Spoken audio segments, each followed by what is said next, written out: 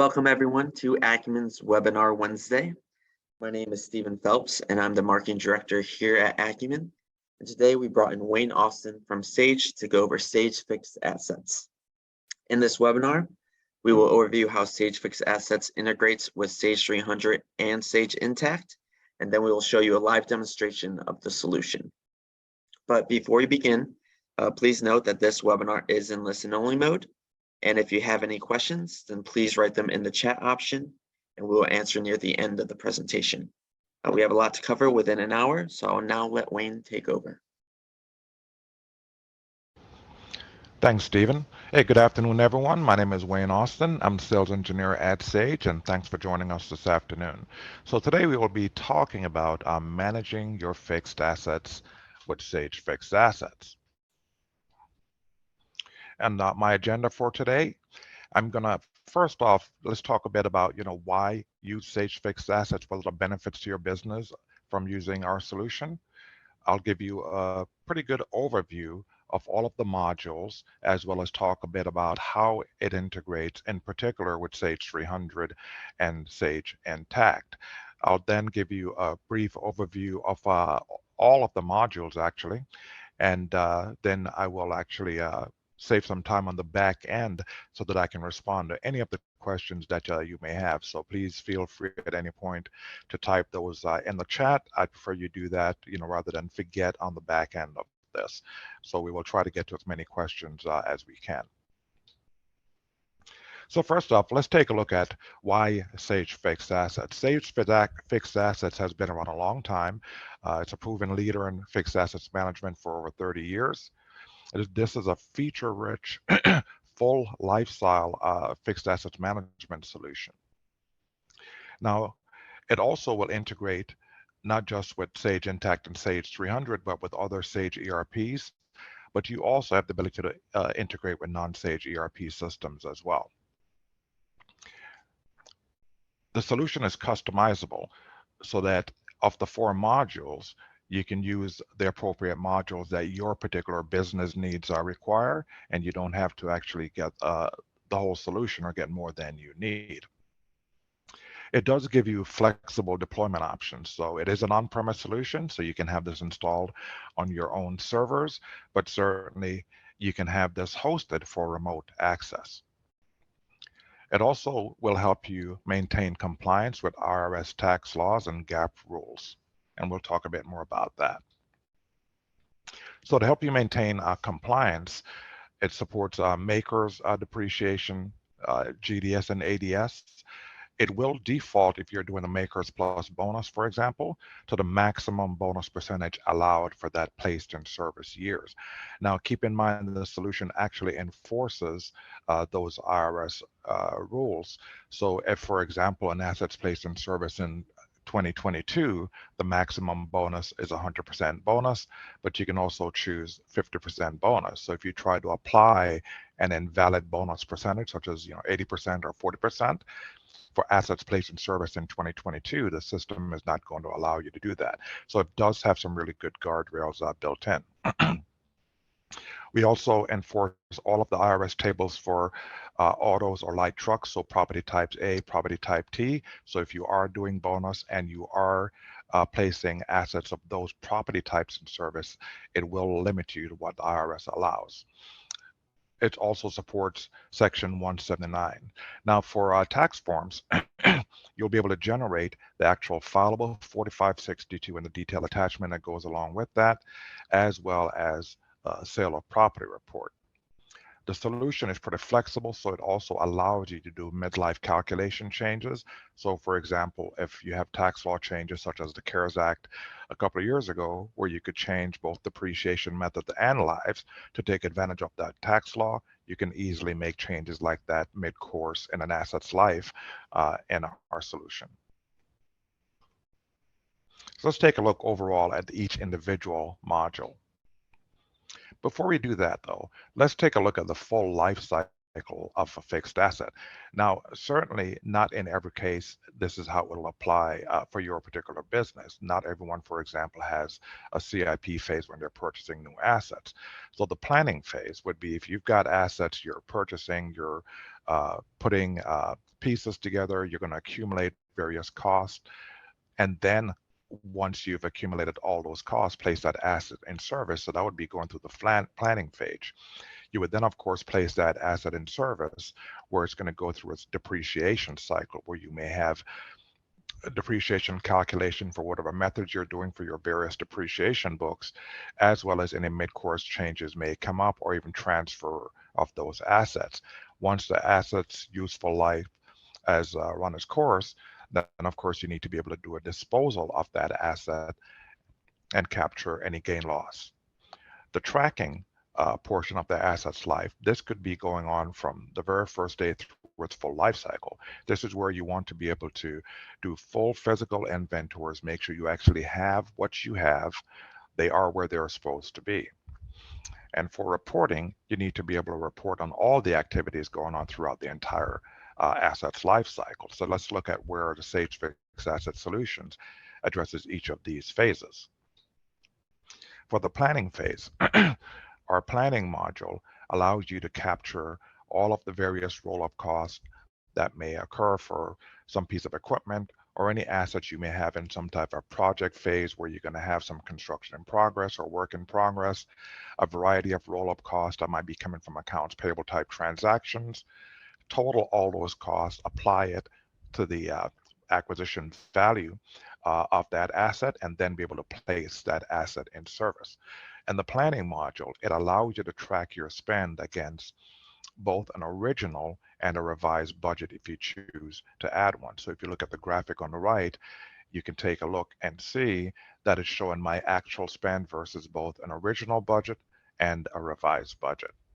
It does provide you some other quick details, and that's just to give you a quick overview of what's going on in a particular project when you open up that project.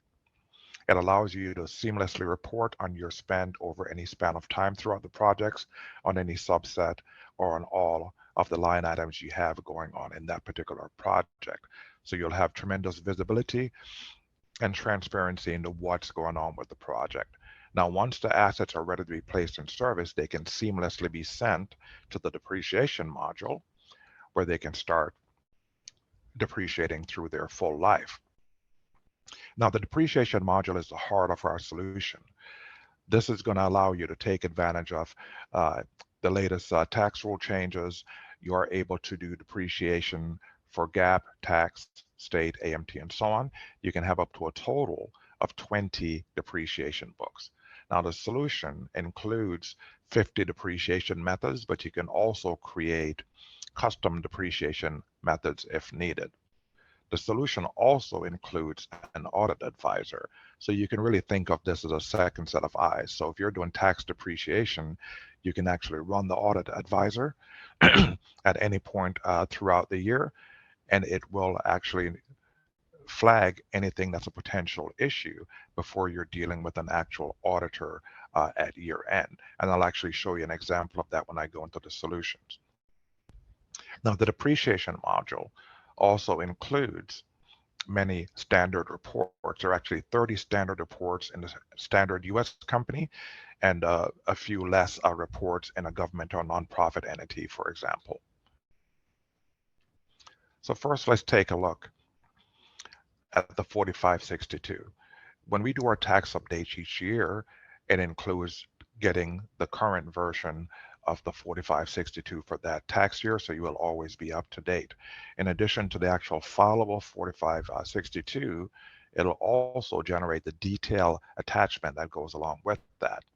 Now, there's also a tax expense report. So if you are doing bonus depreciation, the tax expense report is the report you would use to reconcile the 4562.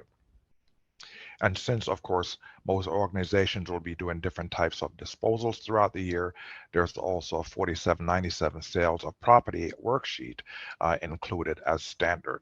There's also a Section 199A report, as well as personally property tax reports, depreciation expense, and several other standard reports included. The tracking module. The tracking module is what you would use for doing physical inventories. Why is this important? You want to ensure that the assets you have in your registry that you're actually paying property taxes on, insurance premiums, is actually accurate. So you want a way of identifying ghost or zombie assets to make sure that you're not overpaying on taxes and insurance. The tracking module will allow you to use either an Android app or a handheld scanner where those users can then go and scan barcodes, update any information that's changed, and send that data back to the system. Once an inventory is completed, the system will generate a reconciliation report, which will then identify the outcome of that physical inventory, where it will identify any assets that were missing when you conducted that inventory. That way you would have your easy access list of all of your ghost assets, where you can then, in the depreciation module, dispose of those assets. The tracking module actually uses the same database as the depreciation module. However, the tracking module does not have access to any of the depreciation books. So that is the reason that any of the disposals that result from assets not being found during inventory, those disposals will actually need to be completed in the depreciation modules. So typically the tracking module is not being used by the accounting staff, so it may be IT or some other group that's responsible for conducting those physical inventories.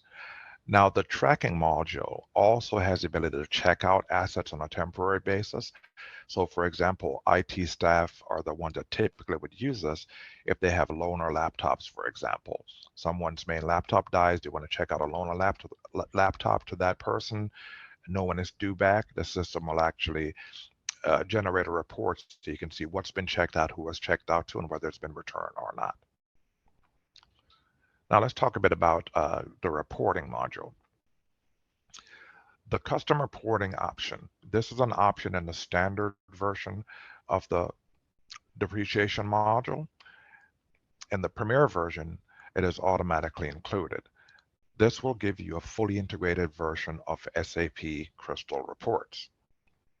Now, what that does for you are a couple of things.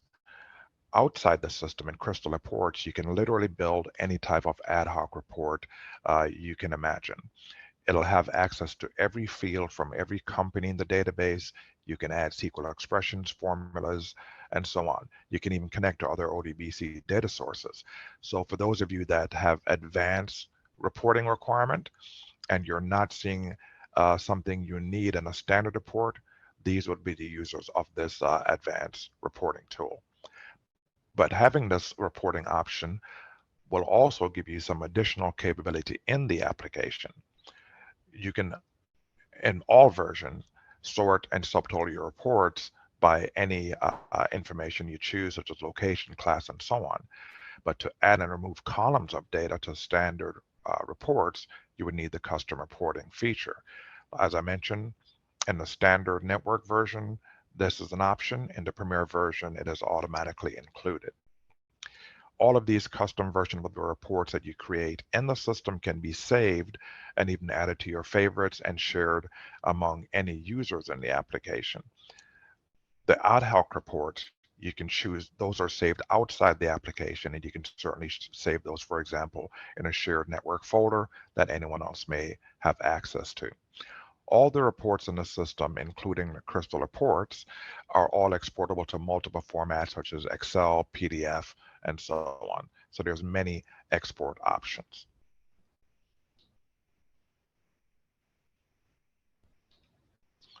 Now let's talk a bit about integration.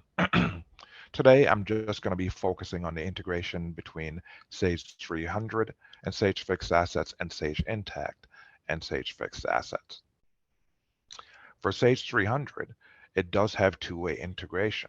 So for example, for your journal entry, you can easily run depreciation for the period that you choose.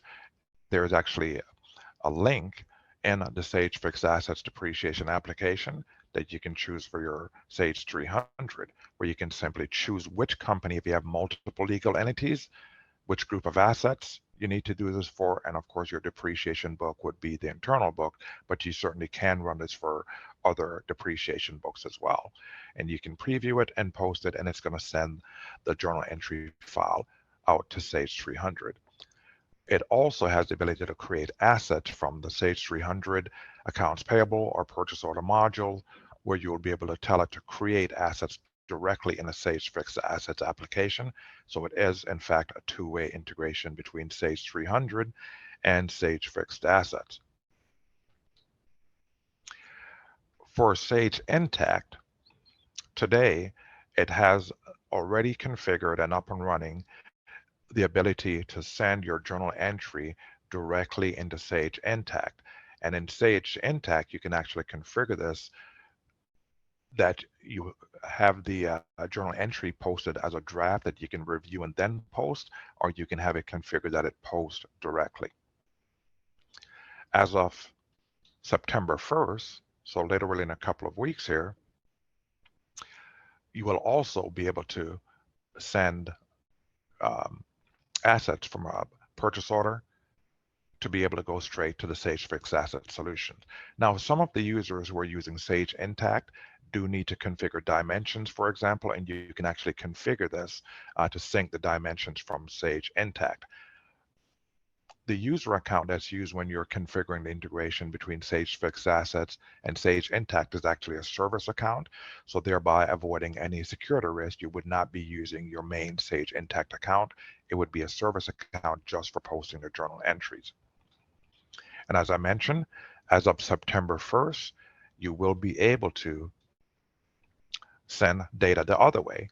So while doing an AP transaction, in a Sage Intacct invoice, you can tell it to actually create the asset in Sage Fixed Assets. So now let's take a look at the application. I wanted to start off in the planning module first. As I mentioned, this module allows you to manage the entire project lifecycle if you've got various projects such as renovation, deployment of new equipment, whatever type of project it may be. It's going to allow you to track your spend against both an original and a revised budget and show you some basic information of what's going on financially in a particular project. So when you set up your project, this is where you're going to have whatever that approved budget is for that project, but certainly you can come back and add a revised budget at any point and actually report on your spend against both sets of numbers within that project. Now, within the project, you can have a single line item or multiple line items. Each of these individual line items is what's actually going to become a fixed asset. So if I go into a line item detail here, you'll see it'll have its own start and end date within the project. They can be capitalized or expense line item, and it's going to have its own budget, and you also have the opportunity to add a revised budget and be able to report on your spend against both sets of numbers here as well. You'll have some fields that can be customizable to capture whatever information you choose, and these fields can actually be mapped from the planning module to populate general information fields in the depreciation modules, so you can literally bring any of this information over when it's placed in service. Now for transactions, these are going to be all of the individual roll-up costs that might be coming from your AP or PO systems for materials, labor, and so on. It's going to keep a running total of your spend, and then of course you'll be able to see that on the main line items details where your spend is against budget. Now, once spending is complete, in other words, all of the various transactions for that line item are in, on the asset information tab is where you'll be able to tell it spending is complete, set a completion date, set a placed in service date, and if you created templates in the depreciation modules, and we'll talk about that when I go into the depreciation modules, templates can be used to apply depreciation methods, lives, IRS property types, and so on, so that when you place an item in service coming out of planning, you don't have to touch it any further in the depreciation module. It's simply ready to start depreciating. So to change the status of an asset, you simply are going to tell it, yes, spending is complete, set a completion date and in-service date. If you choose to apply an asset template, you'll be able to do so. And as I mentioned, you can split a single line item into multiple assets of equal or different values. To create assets in the depreciation module, You simply go to line items, create assets. Every line item within this project that complete, so it'll have a status of C for completion. It's going to show you what the line item is, how many assets will be created from the line item. So in my case, my building signs here are going to create 4 assets. The rest of these are going to be a single asset. I can choose any company in the database that I want to send the assets to. I can select all, tell it create assets, and it will create all of those assets. If I'm not ready to place all items in service, I can simply choose the ones that I want to with my shift key or control key and create those assets in company A, let's say, and I could go to another company and place them in service. Once I hit create assets, it'll generate a report here showing me what was created successfully, and if anything was not created successfully, it'll identify the issue. Now for reporting, that's also important. If you're managing multiple projects, there are consolidated reports that I can actually look at the project I'm in as well as any other project. In my case, I just have 2 projects in this system. I can create filters if I want to look at certain line items. For example, certain types of line items, things that are over budget, or certain class of equipment. I can create any type of filter I choose. I can also choose to see transactions up to a particular date, and I can look at this information in subtotals or full details against either the original budget or the revised budget. So let's just look at everything here for these 2 projects.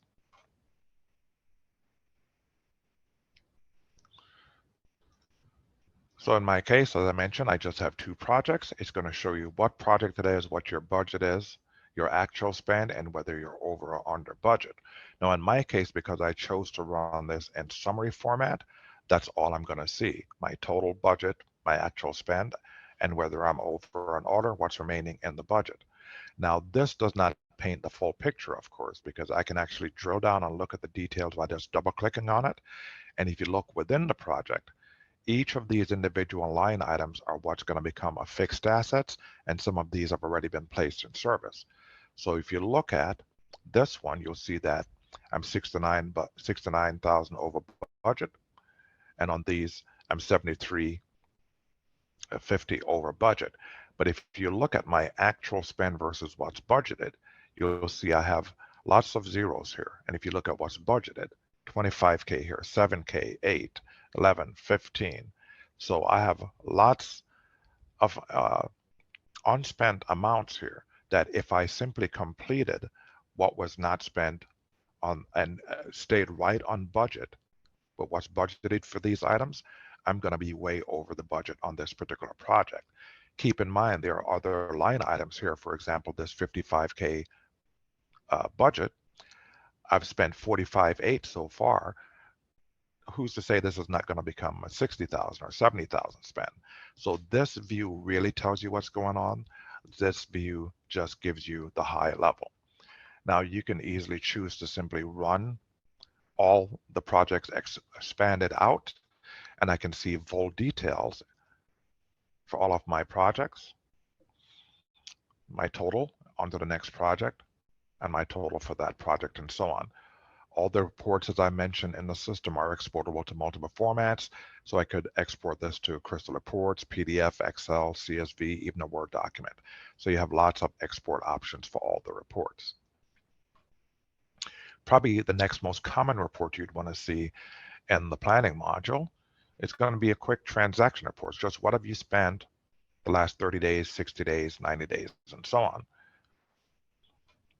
So this will show you every transaction you spent, the journal source, some basic info and how much it is, and the total for the date range you chose.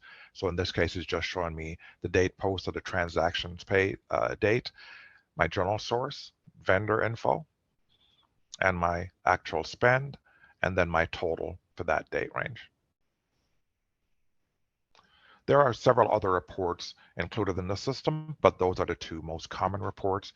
And you also have the ability to create custom reports here, but I'll actually show an example of that when we go into the depreciation module, we'll actually go into crystal reports as well.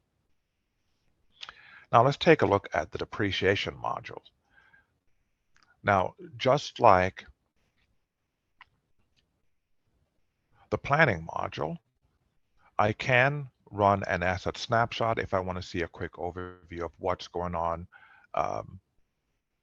for example, overall in the company. I can have this set to open at launch, and I can easily see what's placed in service, and I can see this information by any of the depreciation books where I can see what's placed in service by quarter. I can look at a depreciation comparison, look at my 5-year spend, and a breakdown of remaining life. Now, if you look at my main asset list view here, in my case, I only have 533 assets. In the standard network version, you can have up to about 40 or 50,000 assets or so. The premier version will handle 1 million assets.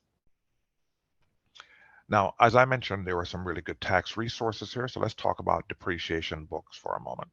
So if you go into the company settings, in the standard version, it'll handle standard 12-month calendars only. In the premier version that I'm in addition to being able to handle standard 12-month calendars, this will also handle alternate reporting periods, such as the 445, 13 period, and so on. So if you are running an alternate reporting period, you will need to use the premier version. You can have a different fiscal year end between each of the depreciation books. It will default to 7 depreciation books. You can turn off any of the depreciation books you are not using, and you can certainly easily add additional depreciation books. You can rename the state AMT or any of the custom books, anything you choose. Short years are supported, and you can also specify book overrides here, such as how you want adjustments handled, for example. So if, for example, you have an asset that should have been placed in service back in February, you're just entering it in the system now, but you want to backdate its place in service date back to February, but you don't want to have to do an adjustment to your accounting side. So you want to actually do a catch-up depreciation in the current month and then depreciate correctly going forward. These are the settings that would impact how the system handles things like that. So it does give you a lot of flexibility. And as I mentioned, you are able to make midlife changes. So let's take a look at an asset detail here. If you take a look at the asset details, so in my case, I have 7 depreciation books active. For those of you that are doing tax depreciation, you will see that you have multiple makers plus bonus methods. You've also got makers non-bonus, and it also does have support for Section 179. Now let's go to an asset placed in service in a more recent year. If you notice, I can see my in-service date, prior through date, and so on here. What's displayed at this level is customizable, so you can choose what fields of information you want to see here. And this can actually easily export it straight to Excel, and I can have it also auto sum my numeric fields. So now let's take a look at something that was placed in service in my current year. Now, this asset I've placed in service as an expensed asset. So you'll see it's listed as personal property. I have an acquisition date and service date. Okay. And I'm using do not depreciate for tax, but I'm depreciating it for GAAP. So I wanted to point out this option as well, that you can include expensed assets. It can be an expensed asset for tax, but you're depreciating it for GAAP, and vice versa. Now, if you are placing anything in service where you do need to take bonus depreciation, for example, you're also going to be able to do that. So let's take a look at an asset where I am actually doing bonus depreciation.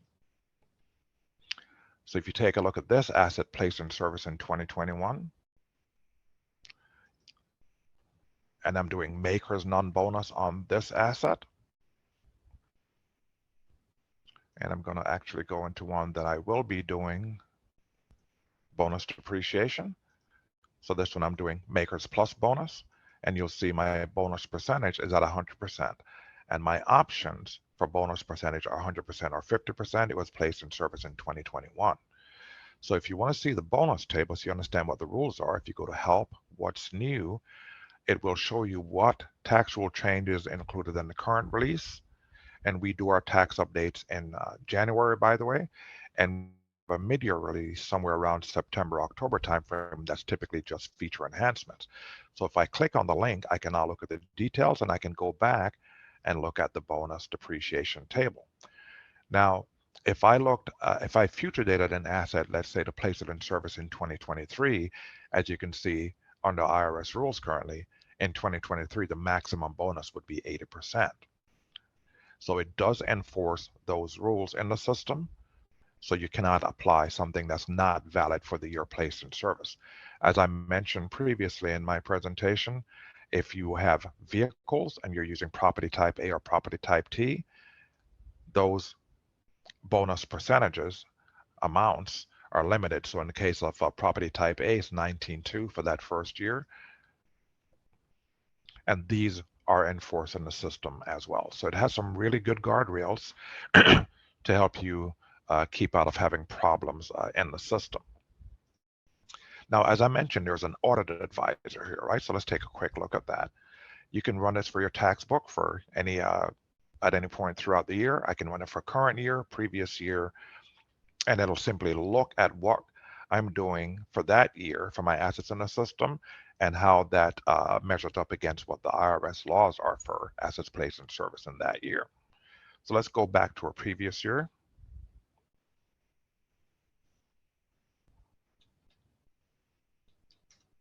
Where I know I have some problems in my sample data here.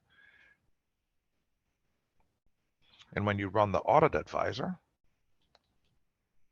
you'll see here, it's going to generate an exception for every issue that it sees. So in this case, I have a makers related issue.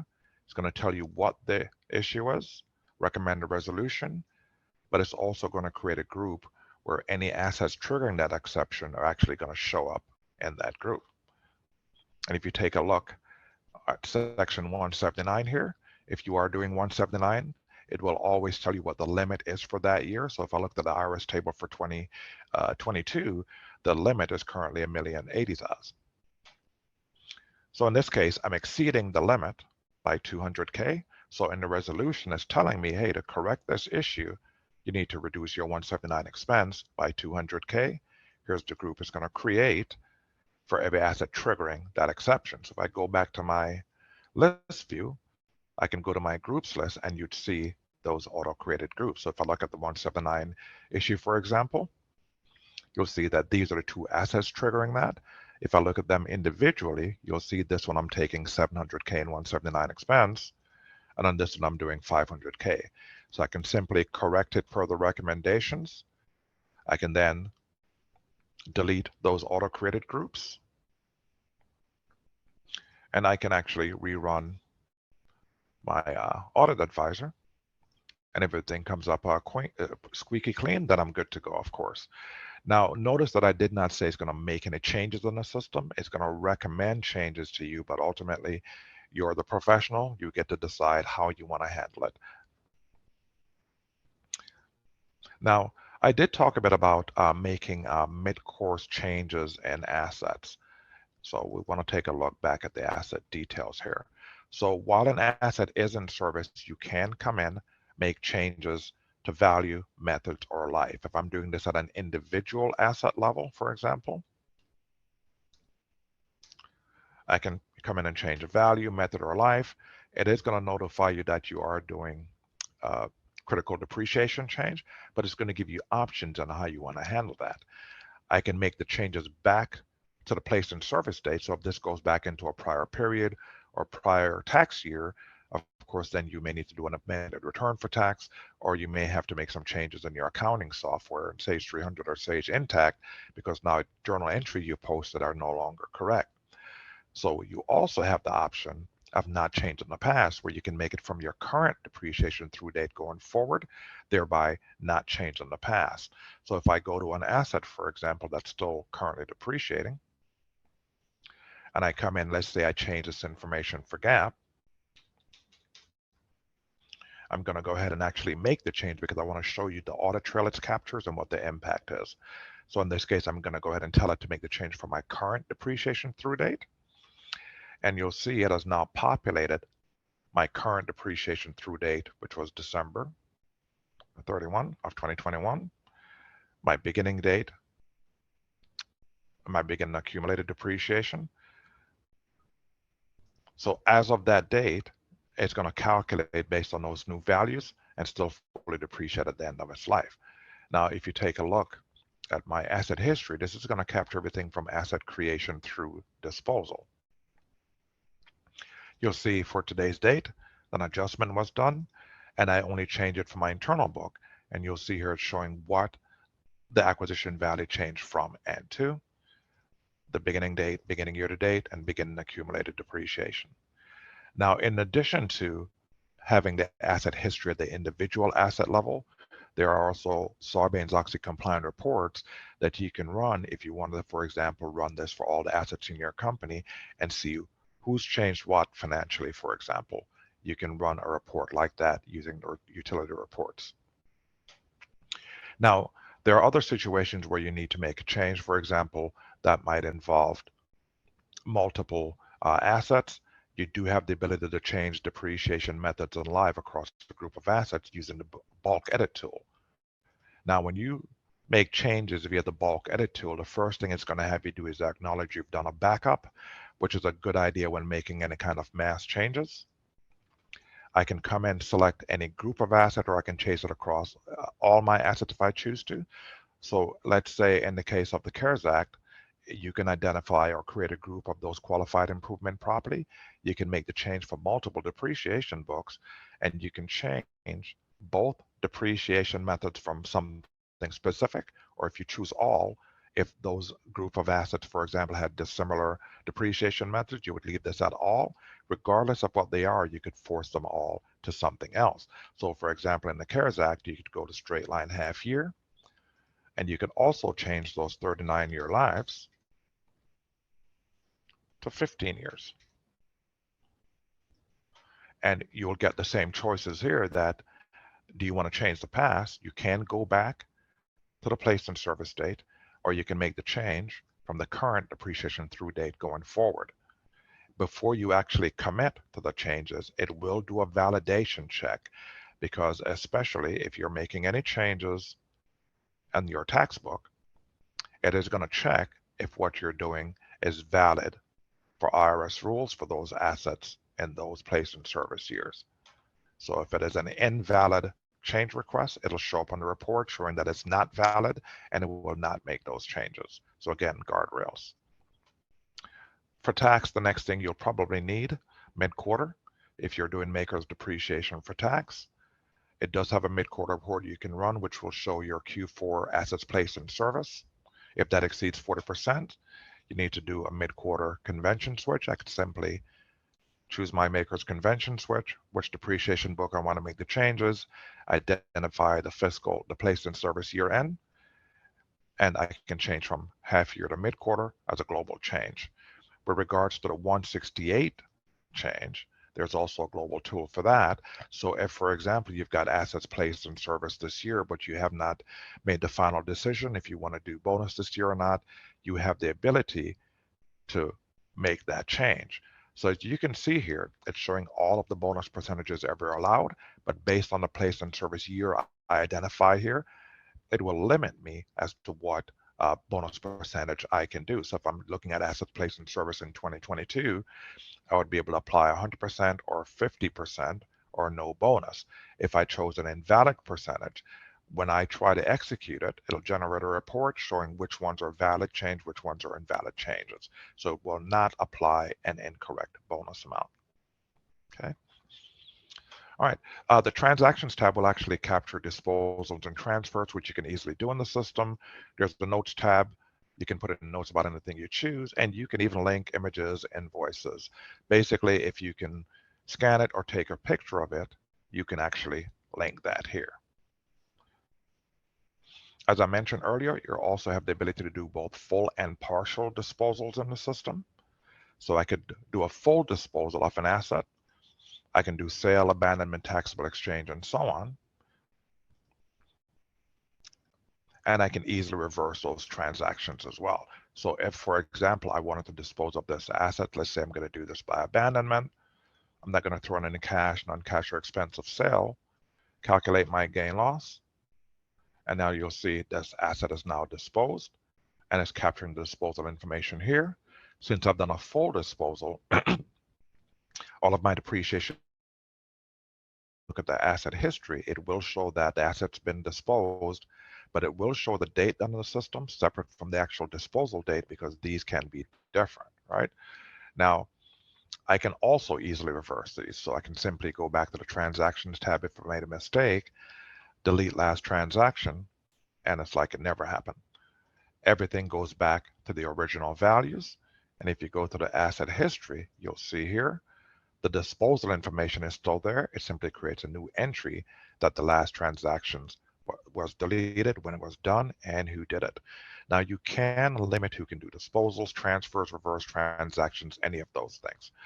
I do want to point out how our system handles partial disposals, by the way, just so you can get a good understanding of that. In our world, when you do a partial disposal, you're disposing of some portion of the value. So if I've got 5 computers at $2,500 each, I'm going to dispose of 2 of them. It would be 2 times that 2,500 or 5,000. So if you have, for example, a building, you put the entire building in security system, cameras, building signs, and so on as one line item. And let's say your HVAC died, you can dispose of just the value of that. So if you look at this asset, see my status is partial. I have 350K for tax that's continuing to depreciate. But if you look at the transactions tab, you can see I have a partial disposal of $150,000 portion of this asset. So basically the difference in how that works when I go to do my disposal, just going to do abandonment here. I would say, yes, here it's a partial disposal and hit tab, and that's where I can enter the value of that portion. I can actually put a description in.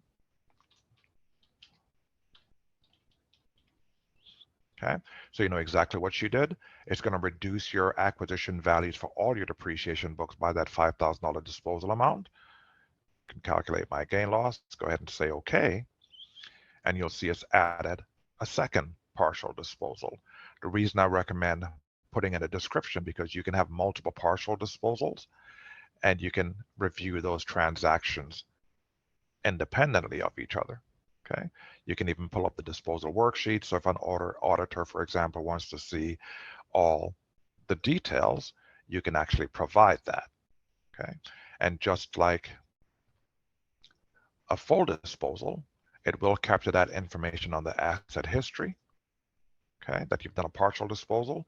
But now it's also going to show you what each depreciation book values change from and to. Now, in my case, 6 of my books had the same acquisition value of $350,000, but my internal book, I had a different value, so it's being captured separately. And I can delete those last transactions as well. So with regards to disposals, there's 2 important reports that I mentioned that were needed, right? So let's take a look at both of those. Sales of property report. You can run this for any subset of assets. And I'm going to run this for last year, let's say, since most of mine from this year have been reversed. But this will give you a nice breakdown by the correct property type. So you can see here my 1245, 1250 property, and so on. And then on page 2, all of your ordinary gain losses.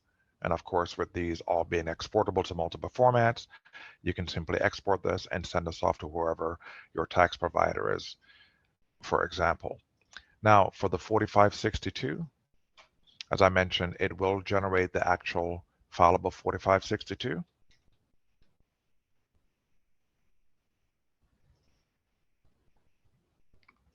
And when you're depreciated to your fiscal year end, it's also going to generate that detail attachment. So let's take a look at both of these.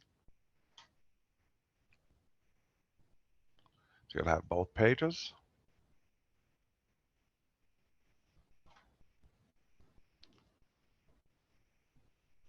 As well as the detail attachment that goes along with that.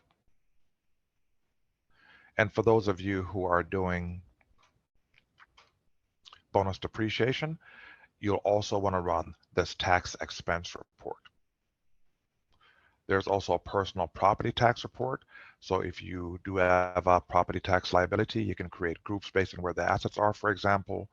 If you're using a field to identify the property tax category, you can point it to that.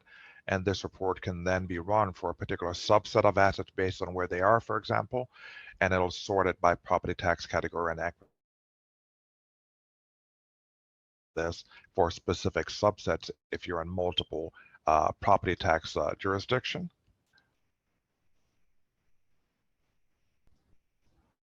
So this will be able to give you all the information you needed, and all the reports are exportable. Now, you can also, of course, generate standard reports such as a depreciation expense report, a fixed asset summary report, or a roll forward report. I'll go ahead and run this one.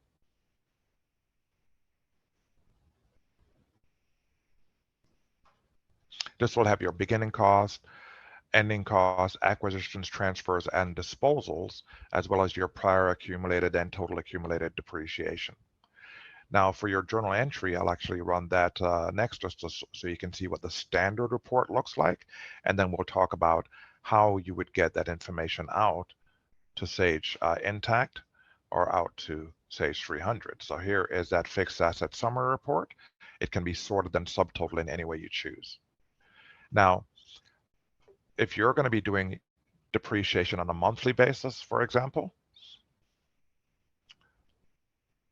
I'm just going to actually get all of my assets here, let's say, up through a current period. So I'm going to run depreciation for June and July, and you can run depreciation for any period you choose, by the way.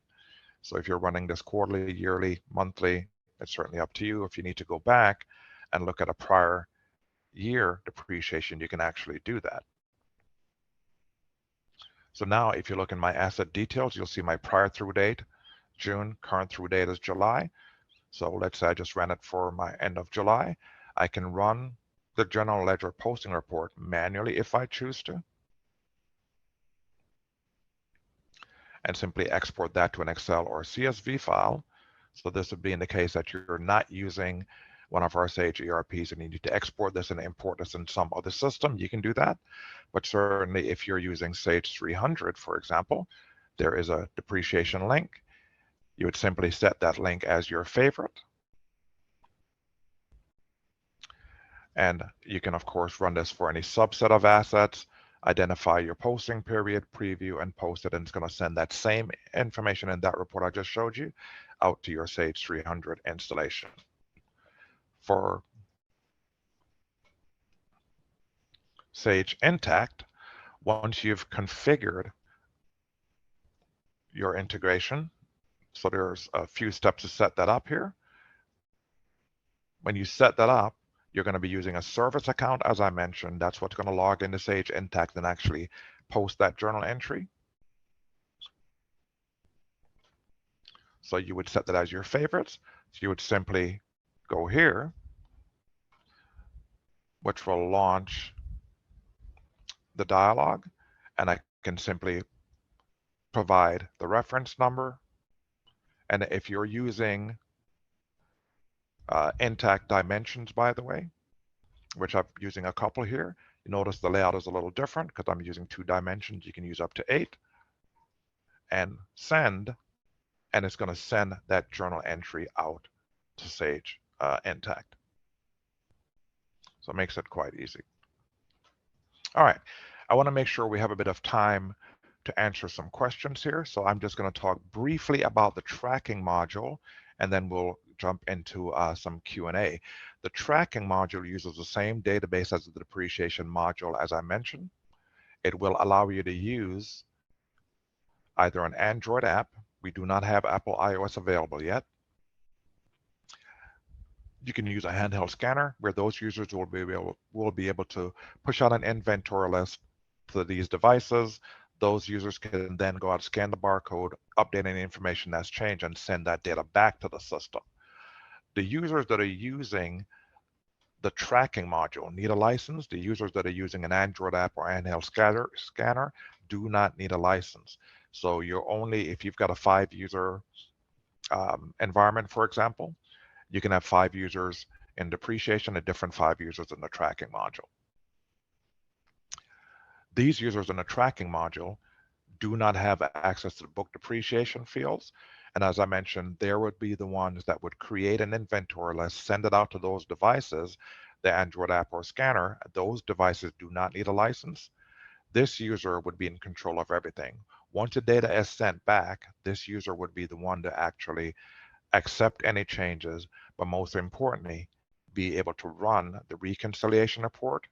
The reconciliation report, I'm just going to run this for the last physical inventory I did, is what's going to identify for you your ghost asset. So if you guys do have any questions, feel free to email us at am@acumenfl.com, or you can give us a call at 407-965-2411. This webinar will be recorded on a YouTube channel, so please be sure to subscribe and also follow us on Facebook, Twitter, and LinkedIn for the latest updates on webinars and other Sage content. Thank you, Wayne, if you're able to hear me on this, and thank you everyone for joining us today.